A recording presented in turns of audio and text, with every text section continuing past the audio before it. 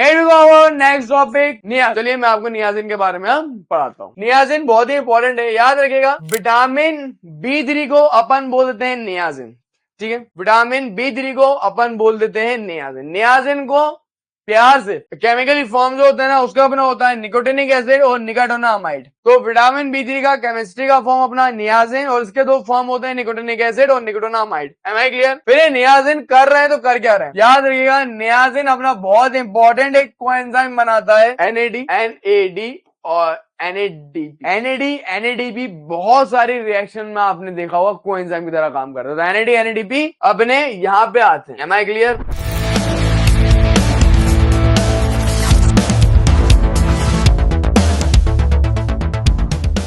अभी आप ये जो मेरी वीडियो देख रहे हो बायोकेमिस्ट्री की, ये मेरी सैंपल वीडियो है। मेरे ऐप पे कोर्स है, इसका नाम है बायोकेमिस्ट्री 7 डे। उस कोर्स के जरिए आप पूरा बायोकेमिस्ट्री 7 दिन में कंप्लीट कर सकते हैं।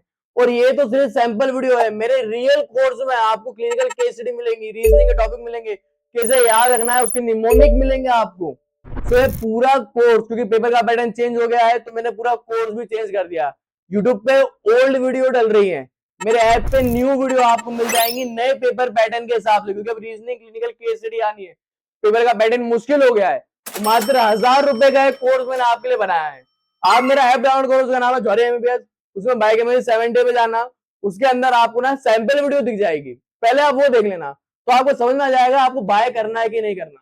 सो लाखों के MBBS से कुछ हजारों पैसे मत देखो, मेरे हिसाब से कोर्स लो, नए पेपर के पैटर्न के हिसाब से पढ़ो। क्योंकि YouTube पे जो आप पढ़ रहे हो ये तो सिर्फ एक सैंपल है, असली मटेरियल ज्यादा से ज्यादा टॉपिक मैंने ऐप में डाले हैं। ऐप में पूरा कोर्स है, सारे टॉपिक्स है, डिटेल में कोर्स है। जाओ मेरे ऐप पे, मत लो मेरे कोर्स के, जिसका नाम है बायोकेमिस्ट्री इन 7 डेज। फिर इसकी बीमारी भी मैं आपको बता देता हूँ, याद रखिएगा। इसके कारण जो बीमारी होती है ना, अब क्या हो ना, बीमारी अगर आपने पहले पढ़ ली तो आपको इसकी इंपॉर्टेंस पता चल जाएगी कि नहीं यार ये विटामिन क्यों इंपॉर्टेंट है, क्योंकि इसे ऐसी बीमारी हो रही है। इसलिए मैं पहले बीमारी पढ़ा रहा हूँ। एक बीमारी होती है पेलेग्रा। ये तो पेलेग्रा बीमारी जो है ना, इसको ऐसा बोला जाता है, पेलेग्रा बीमारी में अपने कितने डी होते हैं? पेलेग्रा बीमारी में टोटल 4 डी होते हैं। पहला डी अपना होता है डायमेंशिया, मतलब सिम्टम। पहला डी डायमेंशिया होता है, मतलब ब्रेन उसकी मेमोरी लॉस हो जाएगी, डायमेंशिया हो जाएगा। दूसरा डी होता है डर्मेटाइटिस, इसको बहुत ज्यादा डर्मा की रिएक्शन हो जाएगी, स्किन जल टाइप जाएगी। पहला डी डायमेंशिया, दूसरा डी डर्मेटाइटिस, तीसरा डी होता है डायरिया, बंदे को डायरिया लगेगा। तो ये इसके मुख्य होते हैं। मेनली अपन बोलते हैं पेलेग्रा में 3 डी होते हैं, इतने सारे डी होते हैं। सर आपने तो बोला था 4 डी, तो बेटा जो 4th डी जो होता है ना, वो डी फॉर डेथ होता है। अगर आप सही टाइम पे पेशेंट का ट्रीटमेंट नहीं करोगे तो पेशेंट मर जाएगा, उसकी डेथ हो जाएगी। 4th डी फॉर डेथ, ठीक है। तो इसके सिम्टम क्या है? पेलेग्रा के सिम्टम अपने होते हैं fatigue, depression, memory loss, dementia. पेट में भी बहुत सारे काम करता है, डायरिया हो जाएगा, फिर loss of appetite, nausea, vomiting हो जाएगा, स्किन में डर्मेटाइटिस हो जाएगा। और एक पता है कैसा डर्मेटाइटिस होता है? ये देखो, अब ये जो बंदा है ना, इस बंदे को अगर आप ध्यान दो, इसको पेलेग्रा बीमारी, अगर आप ध्यान दे पा रहे हो, इसके गले में ऐसा एक स्किन में डर्मल रिएक्शन हो गई, एक डर्मेटाइटिस रिएक्शन हो गई। ये ऐसा नहीं लग रहा है इसने कोई आभूषण पहना हो, इसने कोई नेकलेस पहना हो, इसको एक ये नेकलेस। तो क्या होता है ना, तो पेलेग्रा का पेशेंट जो होता है ना, उसमें ऐसा लगता है पेशेंट को नेकलेस पहना हो। तो कितने लोगों को नेकलेस का नाम पता है? बहुत ही कॉमन नाम है, आपने नीट के टाइम पढ़ा हो। कितने लोगों को नाम पता है? तो ये जो नेकलेस है ना, इसको कैसेल्स नेकलेस बोलते हैं। अब ये हो रहा है तो हो क्यों रहा है पेलेग्रा बीमारी, वो बताता हूँ। अब आप देखिए, सो NAD जो रहता है ना आपकी बॉडी में, बहुत सारा इंपॉर्टेंट कोएंजाइम होता है, बहुत सारी मेटाबॉलिक प्रोसेस में इस्तेमाल होता है। और सेम इसमें भी आपको डायरेक्ट फ्लो चार्ट याद होना चाहिए कि कौन कौन से एंजाइम में NADH इस्तेमाल होता है। तो याद रखिएगा, अपना सबसे पहले अपने कार्बोहाइड्रेट का मेटाबॉलिज्म पढ़ाता हूँ। कार्बोहाइड्रेट के मेटाबॉलिज्म में अपने ग्लाइकोलाइसिस में एक स्टेप होती है ग्लिसरॉल एल्डिहाइड 3-फॉस्फेट डिहाइड्रोजनेज एंजाइम। इस एंजाइम में NAD प्लस को एंजाइम की तरह काम करता है। इस एंजाइम के साथ लैक्टेट डिहाइड्रोजनेज एंजाइम के साथ एक कोएंजाइम की तरह काम करेगा। पायरुवेट डिहाइड्रोजनेज कॉम्प्लेक्स के साथ कोएंजाइम की तरह काम करेगा। अल्फा कीटो डिहाइड्रोजनेज एंजाइम के साथ एक कोएंजाइम की तरह काम करेगा। फिर अपन आते हैं लिपिड के मेटाबॉलिज्म में। अब याद रखिएगा, लिपिड के मेटाबॉलिज्म में beta hydroxyl coenzyme dehydrogenase enzyme and beta hydroxy butyrate dehydrogenase enzyme और अल्कोहल डिहाइड्रोजन एंजाइम। इन 3 एंजाइम्स के साथ क्या है, Na जो अपना NAD+ होता है वो कोएंजाइम की तरह काम करता है।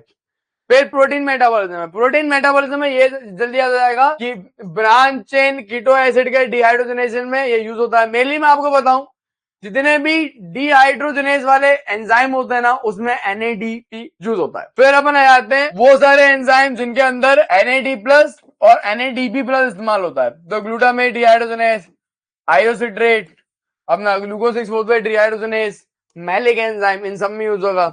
फिर NADPH कहां यूज होता है? NADPH डिपेंडेंट कौन से हैं? तो 3 keto acyl reductase, HMG coenzyme reductase, है ना। फिर अपना कोलेस्ट्रॉल 7 हाइड्रोक्सिलेज, उसके अलावा डाइहाइड्रोफोलिएट रिडक्टेज। ये मैंने आपको मेन बता दिए जो कि याद रहेंगे आपको। इन सब के अंदर NADPH डिपेंडेंट ये सारे एंजाइम कैसे हैं? NADPH डिपेंडेंट एंजाइम है जिसमें NADPH कोएंजाइम की तरह काम करेगा। और मैं आपको बताऊं यूनिवर्सिटी में कैसे लिखना है वो बताता हूं। और उससे भी पहले एक और चीज, आपको ये सारे याद करने की जरूरत नहीं है। देखो अब मैंने आपको 10 बताए, पता है मैंने 10 क्यों बताए? मैंने आपको 10 इसलिए बताए ताकि आपको एटलीस्ट कुछ तो याद रहे, समझ रहे हो आप? मैंने आपको 10 इसलिए बताए ताकि आपको एटलीस्ट कुछ तो याद रहेंगे। बस हवा निकल गई। ये आप देखिए, तो सबसे पहले क्या होता है, कैसे आप लिखोगे यूनिवर्सिटी में आपको डायरेक्ट लिखना है क्या कि जो नियासिन जो होता है ना, सबसे पहले इसको अपन पैलेग्राफ प्रिवेंटिंग विटामिन भी बोलते हैं, पैलेग्राफ प्रिवेंटिंग विटामिन। और नियासिन कौन कौन से कोएंजाइम की तरह काम करता है? नियासिन 2 कोएंजाइम बनाता है, NADP+, NAD+ और NADP+, ठीक है। अब नियासिन बहुत ही इंपॉर्टेंट है अपने असेंशियल अमीनो एसिड बनाने में, याद रखिएगा असेंशियल अमीनो एसिड बनाने में बहुत ही इंपॉर्टेंट होता है।